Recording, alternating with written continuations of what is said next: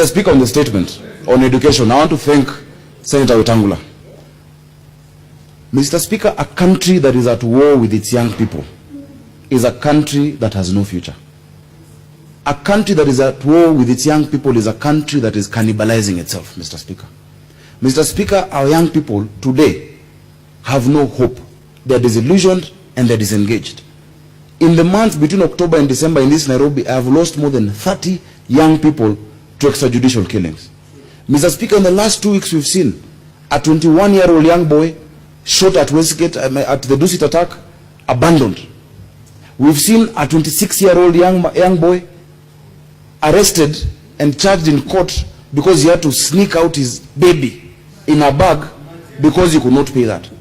What are we talking about as a country? What future are we trying to build, Mr. Speaker? Mr. Speaker, we have toiled in this parliament for the last few years. We've brought bills, Mr. Speaker.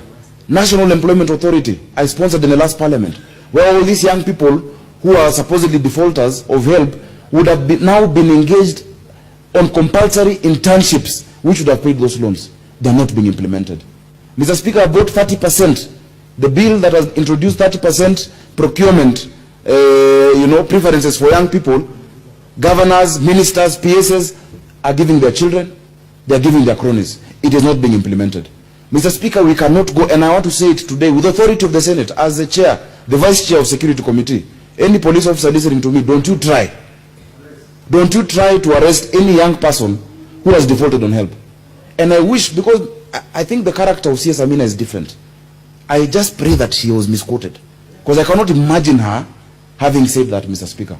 We cannot be talking about recovering 7-point-something billion from young people who have no jobs. In fact, this House should amend the law. Help should not have an interest. It's not about interest, Mr. Speaker. And number two, you should not be asked to pay any penalty before you get employment. Government should figure out how they will find out whether those young people have got an employment. But why is it that today it has been a crime to be a young person? In part of my county, Mr. Speaker, the highest cause of death is youth. Just because you're a young person, you're at risk. You have to be in the house by a certain time. You go out to look for a job, Mr. Speaker. You get onto a border, you come to town, you're arrested. The border is not yours. It is taken. You have to pay 25,000 shillings to get it. You open a kibanda in Nairobi, Mr. Speaker, the city council is on you. You are arrested. You get into a matatu, Mr. Speaker, you are arrested. Let us become serious, Mr. Speaker. The youth are the trustees of our country's posterity. And we do not want a generation that is growing up in this country trying to get even. We will not survive, Mr. Speaker. So I pray that the chair of education, who is here and is a great gentleman, together with justice and legal affairs, because the issue of extrajudicial killings have taken up with the security committee and want to do it together with them, let us return hope to this country.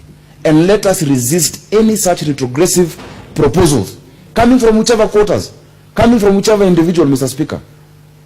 If you had a help loan, Mr. Speaker, let them come up with a mechanism as government to find out if that young person has gotten a job. Government should do it. And it's simple. Implement the laws we are passing in these houses. Thank you, Mr. Speaker. Honorable